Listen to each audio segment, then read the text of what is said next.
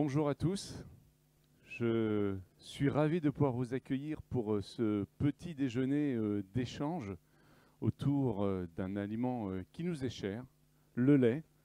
Vous allez voir que nous allons continuer de vous montrer comment le lait confirme son statut d'aliment incontournable et surtout emblématique du savoir-faire agroalimentaire français.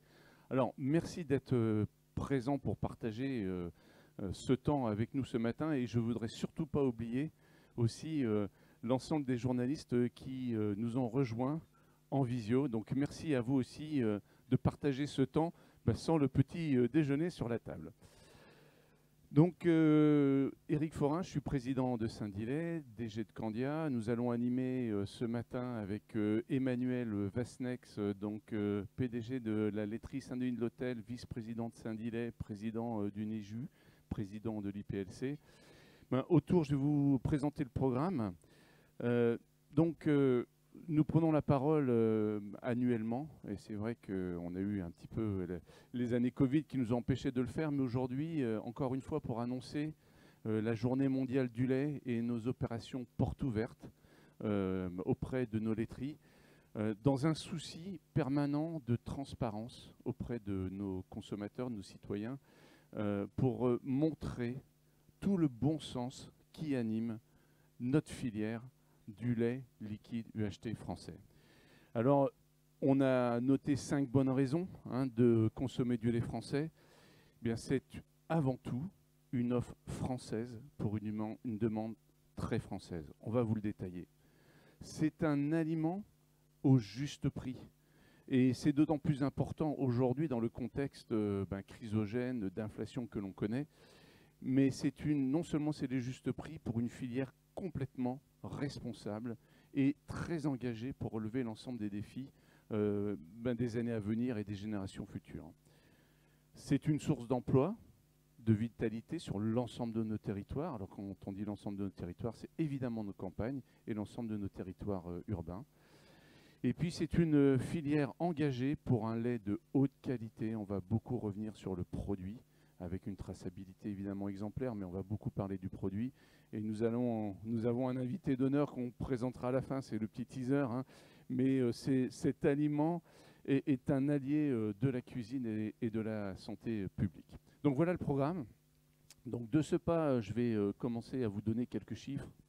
J'espère qu'ils ne seront pas trop rébarbatifs, mais vous allez voir de quoi on parle en termes d'offres françaises pour une demande française.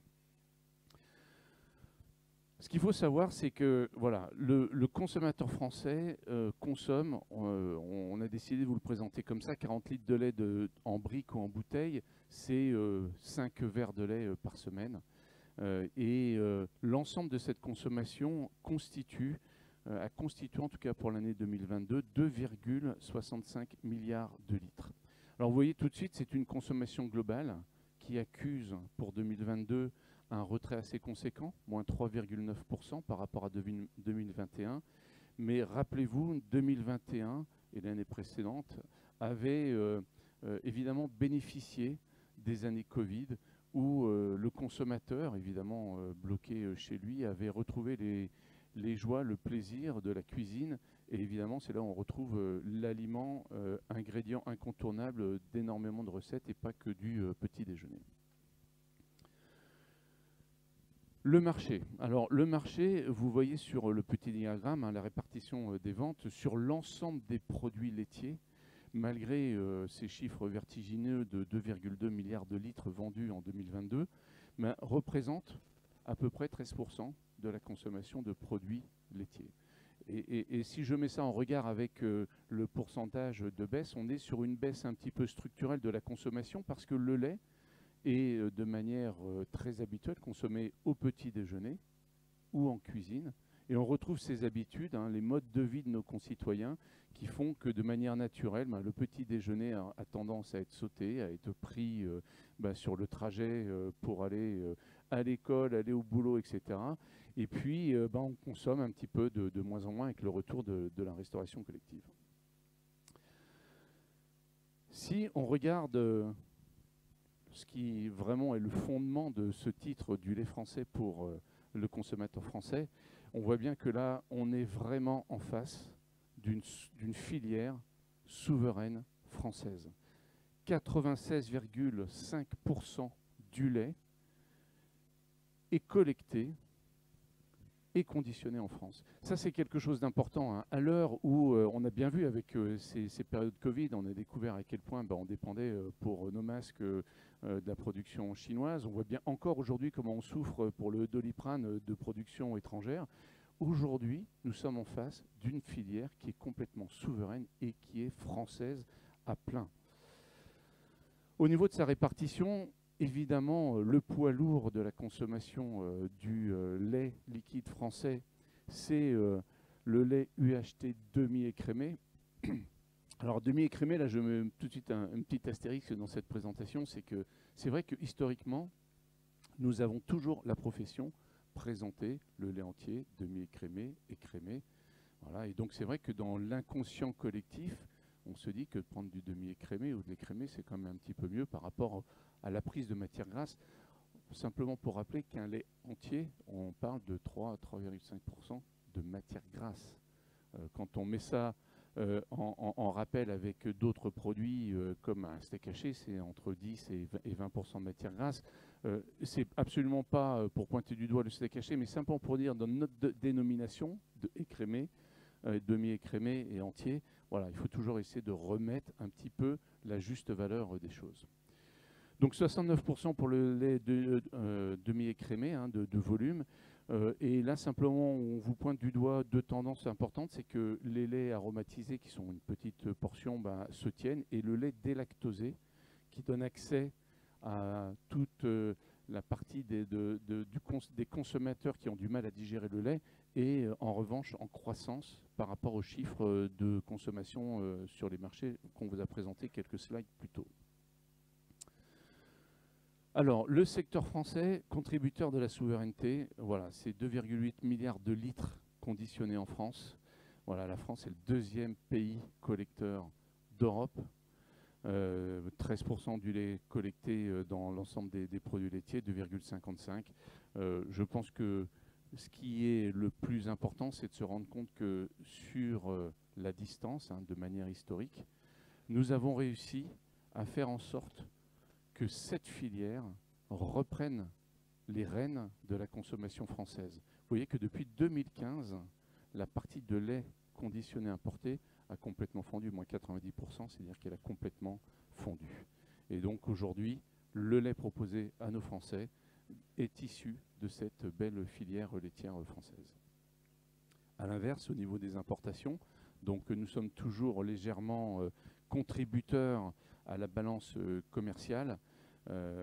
Néanmoins, les exportations continuent de diminuer, mais avec un solde positif essentiellement auprès de nos voisins italiens qui concentrent en tout cas la moitié des laits liquides qui sont exportés hors de France. Et une contribution donc à l'excédent commercial de 129 millions de litres, ce qui est relativement conséquent. Alors, le prix juste, je l'ai dit en introduction de ce programme, l'année dernière, quand on vous a présenté, on était dans une période qui commence à être extrêmement chamboulée, qui l'a été toute l'année 2022. On vous parlait que cette filière devait absolument pouvoir porter le prix du lait à nos consommateurs au-delà de la barre de l'euro symbolique. On se rend compte qu'aujourd'hui, sur l'ensemble de tous nos laits, vous voyez ce prix moyen d'1,07 qui a pris pratiquement plus 8% sur les prix de vente aux consommateurs. Donc on peut en être satisfait, mais on est très loin du compte. Vous voyez, les 12,6% d'inflation passée sur 2022, en fait, ne font pas le contrepoids à l'ensemble des inflations que la filière a subies. Et quand on dit subi, c'est vraiment subi. C'est-à-dire que certains secteurs d'activité ont pu arrêter leurs activités, couper pendant les mois de très forte inflation de l'énergie, l'ensemble de tous les intrants. Voilà, l'activité laitière, ce sont des vaches qui produisent 7 jours sur 7. Évidemment, de la collecte 6 à 7 jours sur 7 par intervalle. Nos usines qui fonctionnent à minima 6 jours sur 7. Et donc, toute l'année, nous avons été obligés de prendre toutes les innovations qui s'offraient à nous. Vous avez vu les 2022, plus 18 à plus 20, on est sur les mêmes tendances. Ce 8% ne reflète pas tout ce qu'il faut que l'on arrive à passer dans l'ensemble de nos prix du lait. Les négociations de cette année nous ont permis de recranter, ce qui va nous permettre d'arriver à ce juste prix. Et c'est pour ça que dans toutes les discussions que on entend aujourd'hui sur la réouverture des négociations, et je salue le ministre Le Maire qui a pris la parole pour dire que la filière laitière devait être épargnée de cette renégociation, ben vous comprenez pourquoi. C'est que pour pouvoir assurer le juste prix de nos éleveurs jusqu'à nos industries, pour pouvoir continuer de soutenir cette filière souveraine française, ramener la rémunération équitable, poursuivre les investissements et évidemment faire face à l'ensemble de nos défis et nos enjeux que nous verrons plus tard, il est absolument nécessaire de pouvoir conserver ce juste prix. Je vais passer la parole pour la suite du programme à Emmanuel, qui va nous conduire sur certains de nos grands enjeux. Merci Emmanuel. Merci Eric. Bonjour à tous. Donc effectivement, la filière aujourd'hui laitière et la filière lait de consommation est confrontée à des enjeux extrêmement importants dont vous entendez beaucoup parler. Hein. Alors il y en a dont on ne va pas aborder, mais on a récemment vu celui également de l'eau qui arrive, le carbone, notre empreinte, tous les sujets. Alors sur effectivement cette évolution, je dirais que la filière poursuit ses investissements. Alors ces investissements certes industriels, mais également ces investissements dans la construction de son avenir au travers de ce qui peut se passer et entre autres sur la fixation de sa feuille de route 3R. Vous savez que dans les grandes réformes qui sont actuellement enclenchées, donc la SUP, la Single Use Plastic, l'AGEC et puis également la feuille de route 3R. La feuille de route 3R permet de cadrer en fait finalement filière par filière ce que les gens sont capables de faire. Alors une filière qui, je dirais, n'a pas attendu les lois pour évoluer, hein, donc de façon très claire. Aujourd'hui, pour essayer de la fixer un petit peu dans son environnement, c'est à peu près 50-50 entre des briques et des bouteilles, hein, donc des bouteilles plastiques. C'est 100% de nos emballages aujourd'hui qui sont dans des filières de recyclage, hein, donc alors pas forcément en recyclage emballage par emballage comme c'est souhaité à certains endroits, mais en tout état de cause, aujourd'hui, nos filières sont, que ce soit les filières carton, que ce soit les filières plastiques, aujourd'hui, nous avons des filières de recyclage qui sont opérationnelles, et c'est ce que d'ailleurs salue le ministère de l'Environnement. On a 15% de la réduction de notre quantité de matière qui est utilisée depuis ces dernières années. Alors c'est un travail de longue haleine. Pourquoi? Parce que avant toute chose, nous avons un devoir, c'est de garantir la sécurité alimentaire de nos produits, hein, au-delà de tout ce que l'on peut faire. Et d'ailleurs, ça nous alerte beaucoup et nous fait prendre beaucoup de précautions et de vigilance sur tous les plans actuellement qui sont lancés, recyclage de matières donc récupérées donc après utilisation. Oui, et on va continuer à le faire et continuer à travailler, mais on ne jouera jamais sur la sécurité alimentaire de nos aliments. Il faut faire très attention à ne pas jouer un petit peu les apprentis sorciers.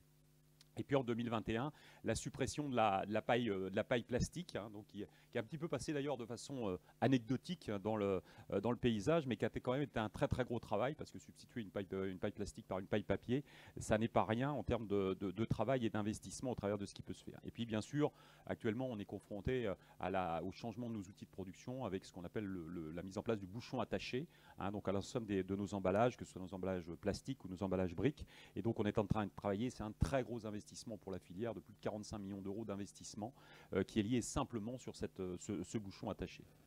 Donc la filière, donc au travers de cette feuille de route, continue donc à avancer et souhaite que effectivement on aille plus loin encore aujourd'hui. Bon, premièrement, je l'ai dit, on a des filières qui sont opérationnelles au niveau des recyclages sur tous les matériaux que l'on utilise. Deuxièmement, on a un objectif effectivement qui nous a été fixé par la loi de travailler sur à 25% donc de produits recyclés dans nos emballages en 2025 et 30% en 2030. Donc on travaille effectivement sur ces axes-là. Et les bouchons solidaires, effectivement, je viens d'en parler, avec un travail qui n'est pas simple, puisqu'on a beaucoup de typologies de bouchons différentes. Et donc il faut non seulement travailler la filière en amont, c'est-à-dire nos fournisseurs, pour arriver effectivement à faire ces modifications. Donc la filière poursuit ses avancées qu'elle a lancées. D'abord, 15% effectivement de la réduction de matière a déjà été entamée, hein, au travers de ce qui a pu se passer depuis plus de 10 ans. Et puis on continue à travailler effectivement sur le travail, sur la réduction de nos poids de nos poids d'emballage. Hein. C'est la première volonté du 3R. Et puis ensuite de travailler, et ça c'est beaucoup plus long terme en 2040, sur des emballages qui pourraient ne plus contenir ou contenir très très peu de matériaux plastiques, entre autres en travaillant sur les fibres et la qualité de ces fibres qu'on a dans les emballages carton.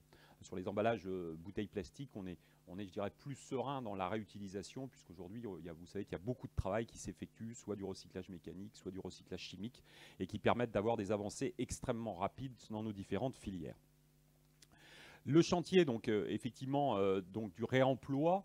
Alors, comme je le disais tout à l'heure, notre épée de Damoclès, c'est effectivement la sécurité alimentaire. On a un produit qui est extrêmement sensible, un produit qui est extrêmement fragile, hein, puisque aujourd'hui, c'est un produit qui se dégrade en quelques heures si on le laisse à température ambiante sorti du pied de la vache. Et donc, effectivement, aujourd'hui, le réemploi dans nos métiers n'est pas envisageable. D'abord pour des raisons réglementaires. Hein, on a une réglementation qui nous interdit de le faire. Ensuite, pour des raisons sanitaires, et on voit la difficulté, même quand on travaille sur le vrac, aujourd'hui, à pouvoir réutiliser. Tout de suite, il y a des fermentations qui se font, il y a une altération de la qualité de nos produits. Et puis ensuite, sur des raisons économiques qui ne sont d'ailleurs pas liées qu'à notre filière, qui sont liées en général aux filières. Si demain, l'ensemble des boissons arrivait en bouteilles vertes, on ne sortirait plus de chez nous parce qu'il y aurait des camions à la queue leu de bouteilles vertes. On met 30 000 bouteilles vertes dans un camion, qu'elles soient pleines ou qu'elles soient vides. Donc forcément, ça va générer un certain nombre de problématiques et d'enjeux économiques très très forts. Donc très clairement, aujourd'hui, on est en train de proposer de définir en fait les conditions de ce que pourrait être le réemploi. Vous savez qu'il y a beaucoup de conditions, les formats de plus de 3 litres, etc. au travers de ça. Et donc derrière, de travailler avec les autorités pour voir quelles pourraient être les différentes utilisations, la réutilisation de matériaux plastiques recyclés au travers de ce que l'on peut faire et de développer donc les choses. Et le réemploi va être clarifié en fait dans les lois qui viennent parce qu'on voit qu'il y a un certain nombre de produits sur lesquels ça n'est même pas envisageable. Alors les emballages aujourd'hui, le travail que l'on mène, qui est un travail beaucoup plus global, c'est de travailler effectivement sur la récupération des matériaux. On voit qu'aujourd'hui, et nous on est assez serein sur le fait que demain on pourra réutiliser des matériaux qui sont issus de nos bacs jaunes, à condition effectivement de les collecter. Et on voit qu'aujourd'hui, on a à peu près 60% de nos matériaux d'emballage, hein, qu'ils soient en bouteilles plastiques ou en briques, qui sont collectés. C'est pas assez. Il faut continuer. On en appelle aussi à la responsabilité du consommateur, parce que c'est clair que si demain on met en place tous les systèmes d'organisation de collecte, mais que derrière le consommateur ne met pas le bon produit dans la bonne poubelle, on aura un échec. Et donc c'est tout le travail qui aujourd'hui est fait sur les bacs jaunes, avec des objectifs qui sont très très clairs au niveau réglementaire, puisqu'en 2025 nous devrons assurer 77% de la collecte et 90% en 2009. Nous on s'est fixé comme défi de collecter 100%. Simplement parce que nos produits sont très peu consommés en fait finalement en dehors des foyers. On n'a jamais trouvé de bouteille de lait dans le canal Saint-Vincent.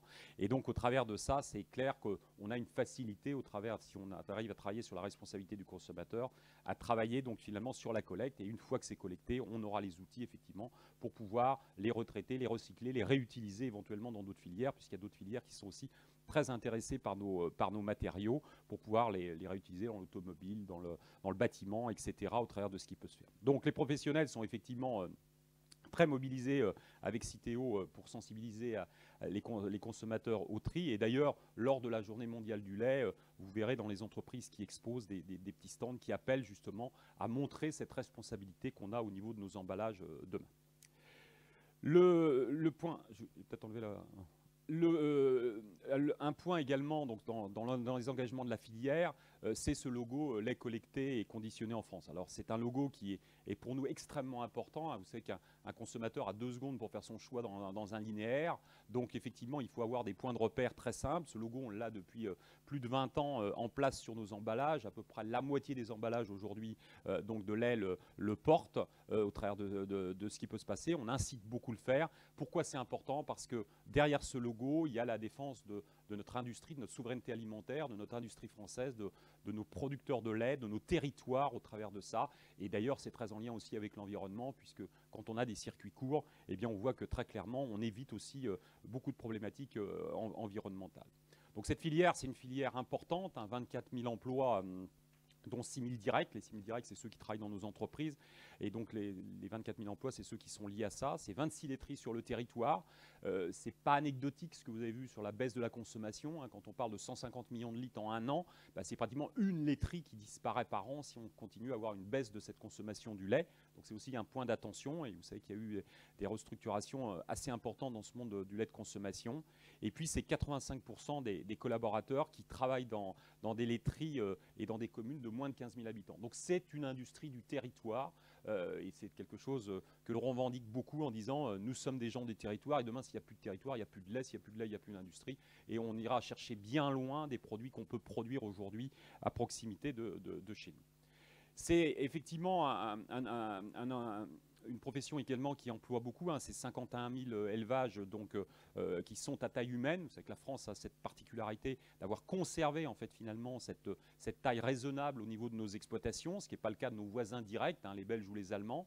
C'est à peu près 2 actifs hein, en moyenne par élevage, donc on est aussi un employeur extrêmement important à ce titre-là, avec toutes les problématiques qu'on connaît, à la fois de succession et à la fois de trouver aujourd'hui du personnel pour décider les gens à donner envie à continuer dans ce métier qui est un métier formidable.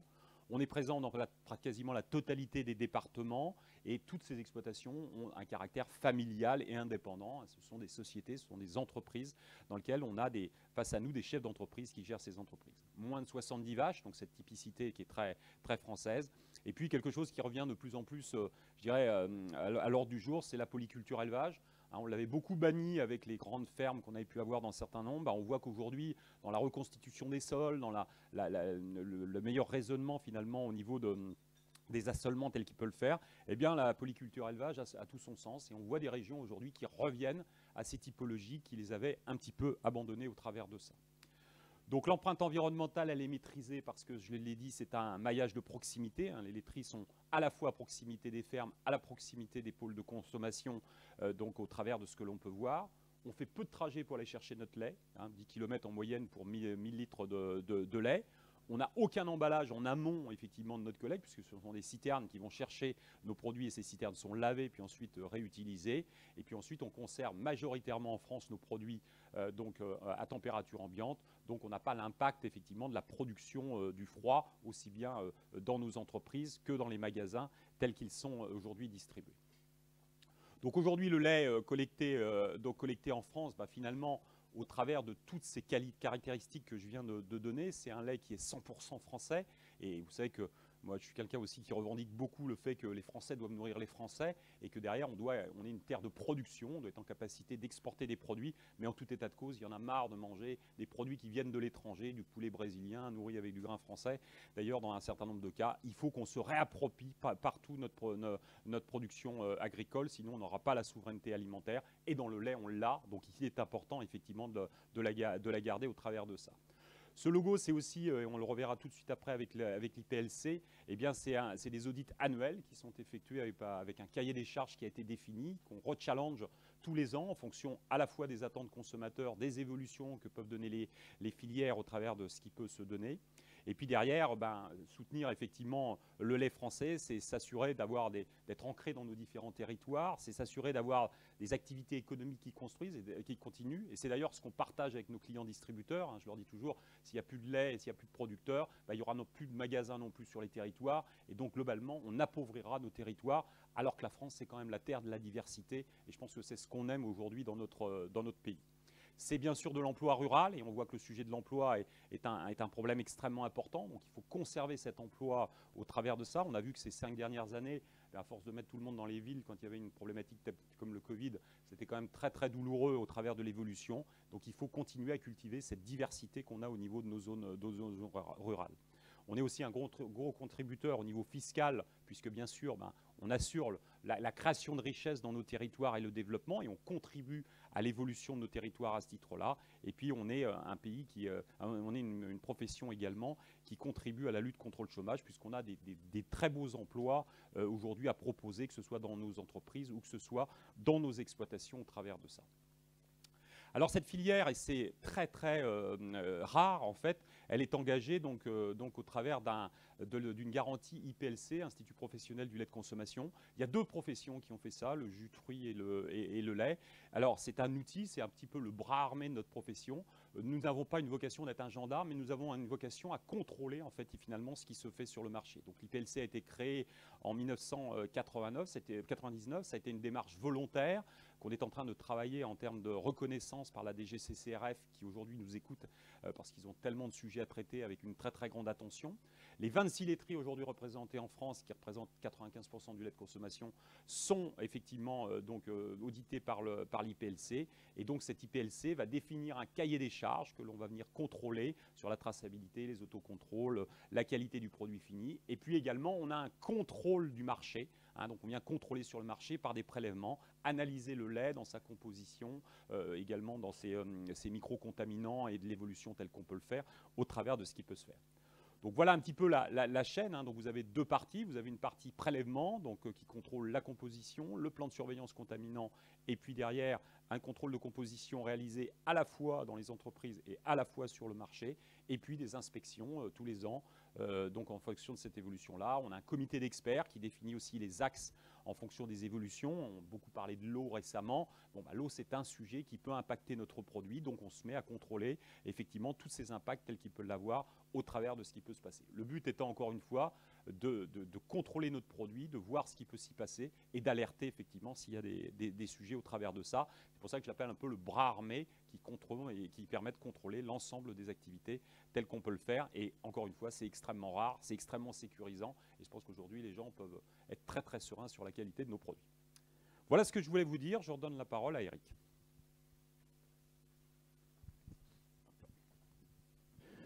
Merci Emmanuel. Donc on voit une filière extrêmement responsable, extrêmement engagée depuis longtemps, qui défend et qui continue de mettre en avant un produit qui est le lait. Donc on va revenir après tout ce qu'on vient de vous présenter. C'est que ce lait, c'est avant tout un aliment. Alors on insiste beaucoup là-dessus. C'est parce que dernièrement, les scientifiques qui travaillent autour de l'algorithme du Nutri-Score pour aider nos concitoyens à pouvoir continuer de faire des choix dans leur équilibre de consommation, ont décidé de faire passer ce lait de la catégorie aliment à la catégorie boisson, pour comparer le lait à l'eau, qui est l'élément d'hydratation suprême, sans additifs, sans rien du tout. Nous voulons simplement et sans polémique rappeler que le lait est un aliment avant tout. Nous sommes des mammifères. La première des choses dont on a besoin, c'est le lait constitutif de l'ensemble des éléments, protéines, calcium, lactose, vitamines, les lipides, comme je vous l'ai dit, à un très faible pourcentage pour amener l'énergie nécessaire au corps de manière immédiate, mais l'ensemble de ces éléments, les protéines, non seulement pour les muscles, mais tous les acides aminés qui, avec les vitamines, permettent la bonne assimilation du glucose pour nos neurones. Le cerveau, c'est le seul endroit du corps où on ne stocke pas l'énergie. L'énergie est apportée par l'alimentation. Le calcium, c'est quelque chose de fondamental jusqu'à la fin de l'adolescence. C'est-à-dire que, et c'est d'autant plus vrai pour les jeunes filles, je vous rappelle, pour tous ceux qui étaient avec nous déjà l'année dernière lors de la conférence de presse, nous avons eu Laurence Plumet qui nous avait expliqué à quel point ce calcium facilement assimilable était constitutif de notre squelette, de nos os, de nos dents, mais pour toute la vie. Voilà, nous voulons simplement rappeler que l'acte de boire du lait au petit déjeuner, ce n'est pas pour s'hydrater, c'est un vrai aliment. Quand on l'utilise en cuisine, c'est un vrai aliment, c'est un vrai ingrédient. Je viens de vous parler de Laurence Plumet, un nutritionniste aux hôpitaux de Paris. Voilà, simplement pour vous rappeler que dans ce côté éducatif auprès de nos concitoyens, que dans les différentes phases d'âge, 4 à 6, 7 à 10 ans, 11 à 14, 15 à 17, qui sont vraiment les tranches d'âge, mais primordiales, essentielles, fondamentales pour la constitution de notre squelette osseux, eh bien, en tout cas, entre les besoins, alors excusez le jargon, le BNM, mais le besoin nutritif moyen que vous voyez en rose, et la recommandation qui est en rose et le besoin, eh bien en fait, l'ensemble de ces tranches d'âge n'accèdent pas aux besoins minimums requis pour pouvoir avoir la bonne constitution osseuse. Et ça, c'est important parce que l'année dernière, on vous avait présenté que cette bombe qui existe dans l'ensemble de notre population sur ces problèmes qui arrivent au-delà des âges de 55 à 70 ans, avec des fractures, des risques de fractures de nos squelettes, même en faisant des gestes qui paraissent anodins, vient d'une calcification qui n'a pas été suffisante pendant la jeunesse. Donc on n'est pas en face de problèmes gériatriques, mais bien d'une vraie problématique de consommation pendant les âges où on en a absolument besoin. Voilà, donc je suis désolé d'avoir été un petit peu fort, mais ramener ce bon sens sur ce qu'est le lait dans l'alimentation de nos concitoyens. Mais on va parler un petit peu de plaisir, on va ramener aussi ce bon sens naturel autour du lait. Et je voudrais inviter à la tribune Nicolas Brunelière, qui est chef du Paradis Latin et président d'Eurotoc Jeunes. Je crois que vous avez un lobby, hein. Le lobby, c'est le produit. Merci Nicolas, on t'écoute. Bonjour à toutes et tous. En effet, moi je suis Nicolas Brunelière, je travaille au Paradis Latin, donc un magnifique cabaret sur le 5e arrondissement. Et également président donc Eurotoc Jeunes. Eurotoc, c'est une association de chefs créée par monsieur Paul Bocuse en 86, qui avait donc pour idée de valoriser les produits à travers les chefs de cuisine, les sortir de leur cuisine et aller travailler au plus près des politiques pour essayer de leur dire voilà, ce serait bien de travailler sur ce produit-là, sauvegarder ce territoire-là et toute l'industrie qu'il y a derrière. Aujourd'hui, on parle du lait aussi chez Eurotoc et notamment dans les CFA, au plus près des CFA, donc chez les jeunes, à la fois sur leur consommation, mais aussi sur ce qu'ils peuvent en faire du lait. Dans la cuisine, on pense tout de suite et assez facilement sur la production et le travail du lait, ça va être la pâtisserie. On pense évidemment à la crème pâtissière, à la crème anglaise, toutes ces recettes de base qui font notre belle pâtisserie française, on va l'avoir évidemment extrêmement présente dans la pâtisserie, mais tout autant aussi dans la cuisine. La cuisine, on va utiliser le lait pour juste un petit nuage ici et là. C'est une vraie douceur qu'on ramène dans la partie salée. Il y a cet esprit de calcium qui vient adoucir justement certains produits. Moi, je l'utilise très facilement sur le foie gras. Alors, c'est plutôt rare, mais ça permet de 24 heures en amont, avant de faire une terrine, de laisser mariner son foie gras cru dans du lait au réfrigérateur. Ça permet d'adoucir et donner ce côté un petit peu moelleux et doux à sa terrine après cuisson. Donc il y a un vrai apport nutritif dans nos produits, tout autant que dans une purée. Alors pour la purée, moi je vous invite pas forcément à en mettre après la cuisson des pommes de terre, mais bien évidemment dans l'eau de cuisson des pommes de terre, ce qui permettra aussi d'adoucir et de donner un vrai goût onctueux à votre purée. Donc une utilisation, à vrai dire, raisonnée et super importante pour tous nos produits, notre belle gastronomie française, puisque le lait est un produit de base de nos cuisines, de nos pâtisseries, et doit rayonner à travers des agriculteurs qui travaillent tous les jours. On en a parlé, les présidents et le vice-président en ont parlé de Saint-Dilet, mais c'est toute une filiale, en fin de compte, qu'il faut sauvegarder à travers le travail aussi jusqu'à la cuisine et donc jusqu'au consommateur également. Merci Nicolas de ces mots de plaisir qui manquent un peu dans notre conversation actuelle. C'est très très bien.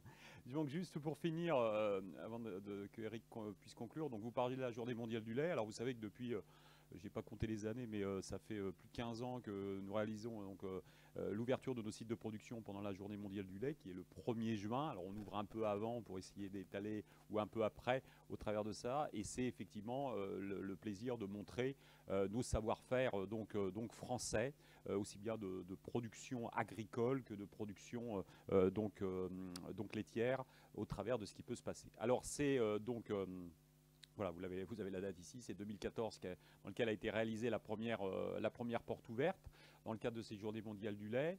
C'était aussi un objectif, et la filière a beaucoup travaillé la transparence, hein, on en a beaucoup parlé, en plus derrière avec la mise en place d'Egalim, donc tout ce qui est traçabilité, tout ce qui est transparence sur les prix, tout ce qui est rémunération du producteur, qui au-delà d'être un enjeu effectivement de société est un enjeu de pérennisation effectivement de nos exploitations laitières et qui aujourd'hui donc est important. Je rappelle toujours qu'un producteur de lait, ça a besoin de 3 choses. Ça a besoin d'un prix rémunérateur de son métier, ça a besoin de visibilité, ça fait partie d'une agriculture lourde puisqu'il y a de la génétique, de l'alimentation, etc. Et c'est par rapport à d'autres produits qui peuvent être beaucoup plus éphémères. Et puis ça a besoin de reconnaissance qui leur a beaucoup manqué ces dernières années. Donc en 2023, on va ouvrir nos usines du 27 mai au 17 juin et cet événement va être fédérateur au travers de l'ensemble de ce qui fait la filière, et il manque même les distributeurs parce qu'aujourd'hui les distributeurs participent également dans la promotion de ce lait au travers entre autres du logo tel qu'il est mis sur leurs emballages. On voit qu'il y a une cartographie qui est bien répartie sur le nord et le sud, donc l'ensemble des entreprises vont ouvrir donc leurs portes. Et donc les Français pourront venir visiter en fait ces sites de production, poser les questions qu'ils veulent. On a des succès assez importants. On est monté dans certains sites à plus de 1000 personnes qui sont venues visiter sur ces journées-là. Et on continue et on voit tout l'intérêt aujourd'hui que suscite en fait finalement notre industrie et notre agriculture auprès des consommateurs et auprès des citoyens. Donc les rencontres, elles vont bien sûr se faire avec l'ensemble des parties prenantes. On va avoir des expositions, des visites de ferme. On va avoir également des démonstrations avec lesquelles on montrera ce que c'est qu'une salle de traite, comment on réalise effectivement la collecte de lait. On aura des animations qui seront beaucoup plus spécifiques en fonction des sites de production et de ce qu'elles veulent porter localement en termes d'idées au travers de ce qui peut se passer. Des dégustations, mélange de lait avec des sirops, cuisine, etc. Et puis des animations très ciblées, une sur le recyclage des briques, où le Citeo nous aide aujourd'hui à construire en fait l'explication de comment se passe finalement le recyclage des différents emballages, et puis l'importance du tri des déchets, donc d'avoir une ressource et une matière première au travers de ce qui pourra se passer. Donc l'événement est largement relayé sur les réseaux sociaux, et je vous invite, si vous le souhaitez, à venir visiter nos entreprises, parce que c'est toujours des très très bons moments de rencontre avec les producteurs, avec les collaborateurs qui sont tous passionnés effectivement de ce métier qu'ils font et de nourrir chaque jour les Français au travers de ce qui a pu se passer. Importance très forte dans ce qui s'est déroulé entre autres pendant la crise Covid, où on voit que toutes nos professions et tous nos métiers ont fait face à la demande, même si c'était loin d'être simple. Voilà ce que je voulais vous dire sur la journée mondiale.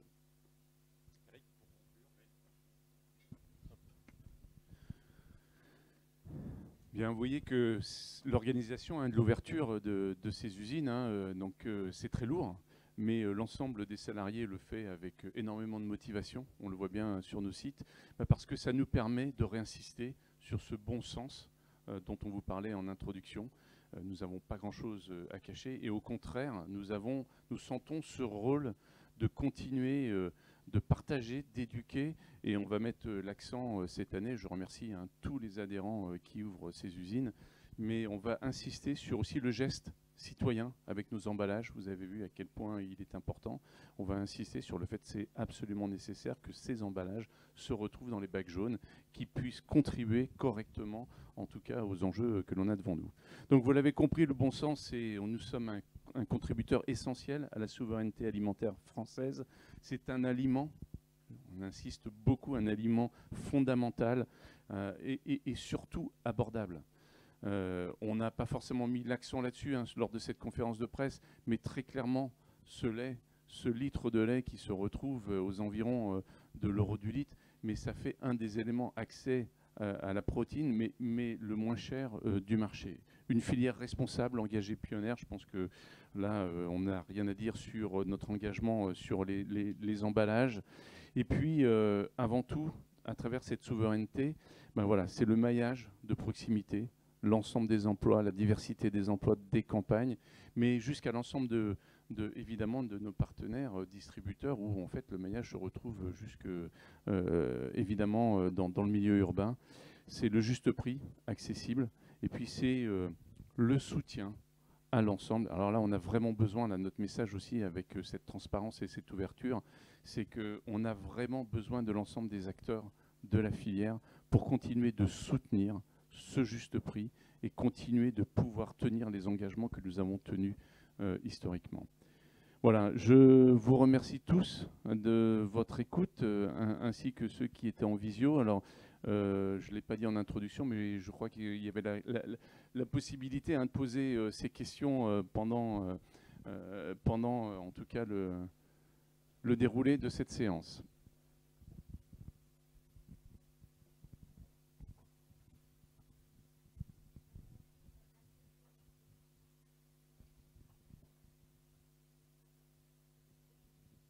Bonjour, Anne Dobré, agence de presse magazine. J'ai deux questions. La première, est-ce que cette baisse de la consommation du lait, elle dure depuis quand et comment vous l'expliquez? Est-ce qu'elle est massive? Enfin, combien est-ce qu'elle est grande et depuis quand est-ce qu'elle existe? Et deuxième question, qu'en est-il du lait, de la filière du lait bio? Merci. Oui, donc deux très bonnes questions. Effectivement, alors, elle dure depuis longtemps, la déconsommation, hein. On est de l'ordre de la décennie, on pourrait dire même plus que ça. C'est une déconsommation structurelle qui navigue entre les 2-3% par an et qui est due aussi tout simplement à nos évolutions de mode de vie, hein. On en parlait, c'est vrai que, et notamment les nouvelles générations, le tissu familial n'est plus le même qu'il y a 20 ans. La manière dont on occupe les fins de soirée, c'est vrai, on ne jette pas la pierre, mais on se couche de plus en plus tard. Le lendemain matin, se mettre autour d'une table pour le petit déjeuner traditionnel en famille avant de partir chacun de son côté, ça c'est quelque chose qui se perd.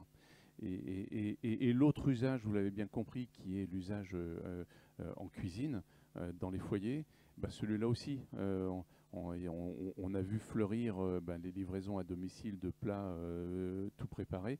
Ça explique cette érosion structurelle de la consommation. Pour l'instant, nous ne voyons pas. Alors, on l'a vu pendant les 2 années de Covid. On a vu à quel point ces usages qu'on vous décrit sont vraiment les usages fondamentaux de consommation du lait, puisque le petit déjeuner, comme l'usage en cuisine, a reboomé. Là, on a fait un plus 4% qu'on repère en 2022. Donc voilà, ça veut dire que ces habitudes qui viennent simplement de l'évolution de nos modes de vie, voilà, c'est quelque chose qui risque de se perpétuer encore quelques années. Votre deuxième point sur la filière bio, évidemment, la filière bio perd dans les chiffres qu'on vous a annoncés à peu près 8%. C'est assez catastrophique, c'est très fort. En fait, tout cet environnement chrysogène que l'on a connu en 2022, avec la bascule, en tout cas le stress apporté aux citoyens dans ces actes d'achat, a fait qu'en face des doutes qu'il avait, au moment où, Emmanuel, tu l'as dit, il a 2 secondes pour choisir, là où son éthique, son envie allait de manière naturelle vers le produit biologique, soit il a fait un trade down pour aller directement à du premier prix, ou se dire plutôt que du bio, tiens, je vais prendre quelque chose qui est plus local, quelque chose qui va le rassurer, mais qui ne sera pas au même prix que le bio. Donc en fait, je pense même pas que la filière laitière, le bio est aujourd'hui la plus grande victime de cet environnement chrysogène et d'inflation. Emmanuel ? Pour compléter ce que dit Eric, donc le bio nous inquiète énormément.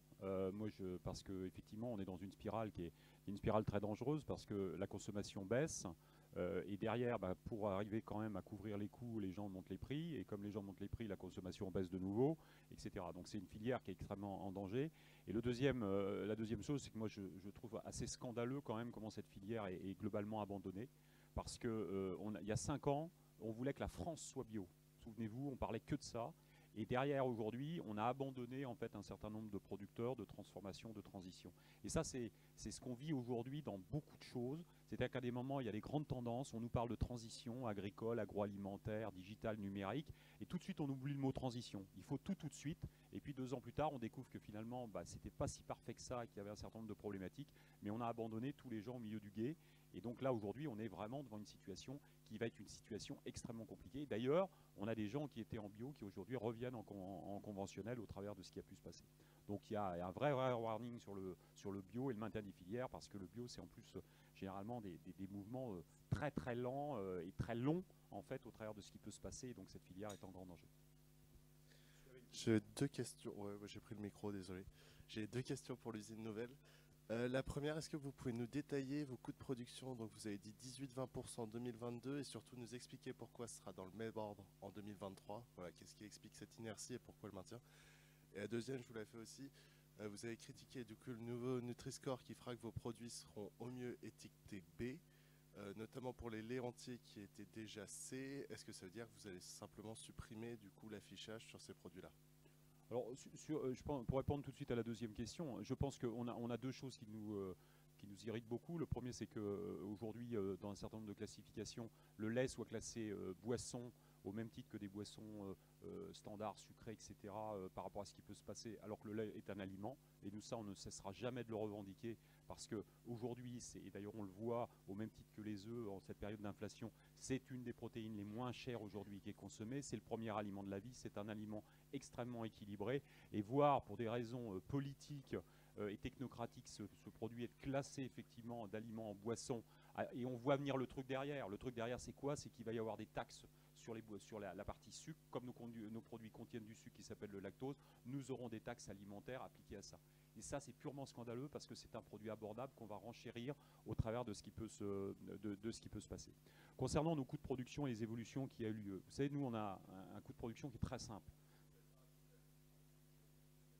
Oui, on va continuer à l'afficher parce qu'on n'a pas de raison, même en étant B, on n'est quand même pas massacré. Je veux dire, mais ce qui nous choque plus que le Nutri-Score, parce que après le Nutri-Score, il y a des ayatollahs du Nutri-Score qui ont conçu un certain nombre de choses. On n'est pas d'accord avec tout. Après, ça a aussi une information consommateur qui a du bienfait. Donc tant que le consommateur il est informé, il est formé et qu'il est libre de ses choix et libre de ses choix des goûts, je pense que ça c'est très intéressant. Donc oui, on va le laisser au travers de nos produits. Qui sera peut-être C. Non, il ne sera pas D, il sera C, hein, donc, normalement au travers de ce qui peut se passer. Et puis concernant nos coûts, vous savez, nous on a un coût de production qui est très simple. Hein. Donc nous on a du lait, le lait il est sanctuarisé, Egalim donc a sanctuarisé le prix du lait. Donc aujourd'hui, le prix du lait il est fixé effectivement par rapport à ce qui se passe avec nos clients distributeurs, avec nos producteurs de lait. Derrière on a des emballages, il y a 4 fournisseurs d'emballage au monde. Donc je peux vous dire qu'aujourd'hui, dans la négociabilité des prix, c'est extrêmement faible au travers de ce qui peut se passer. Ensuite, on a l'énergie, qui est un de nos gros postes de coût. Et l'énergie, vous savez, la capacité qu'on a de négocier aujourd'hui notre énergie. Hein, et comme M. Le Maire fait ses grandes envolées actuellement sur la baisse des prix, ben, moi je suis d'accord pour baisser les prix, mais il m'aide aussi à renégocier mes contrats EDF et mes contrats gaz que j'ai signés l'année dernière parce qu'il y avait une urgence de les signer, et c'était les politiques qui le disaient, parce qu'il y avait des risques d'envolée encore plus fortes au travers de ça. Et donc derrière, on a notre main-d'œuvre. Et notre main-d'œuvre aujourd'hui, c'est très compliqué de l'avoir, c'est très compliqué de la garder. Et donc on sait qu'avec les périodes d'inflation, nous devons monter effectivement nos prix. Et puis dernier poste de coût, on a le transport. Et le transport aujourd'hui, ils vivent les problématiques d'énergie, ils vivent les problématiques de coût de main-d'œuvre. Et puis maintenant, ils vivent aussi un autre problème qui est la problématique de l'approvisionnement de leurs camions. Parce qu'aujourd'hui, tu vas commander un camion, on le voit dans les ramassages, c'est entre 18 mois et 2 ans avant d'avoir les camions aujourd'hui au travers de ce qui peut se passer. Donc, nous voulons bien, on l'a dit, on a un produit qui est abordable hein, au travers de ça. Nous, on veut bien revoir effectivement les modèles. Maintenant, il ne faut pas simplement dire on revoit le modèle final, mais on revoit aussi la constitution du modèle. Donc demain, si aujourd'hui le gouvernement assume de baisser le prix du lait, eh bien, on répercutera la baisse du prix du lait. S'il assume de renégocier nos contrats d'énergie avec nos grands fournisseurs, eh bien, il l'assumera et nous le répercuterons, etc. Ce qui est très très loin d'être le cas aujourd'hui, puisque les engagements qu'on a pris sont sur toute l'année 2023, voire 2024 pour certains, au travers de l'évolution.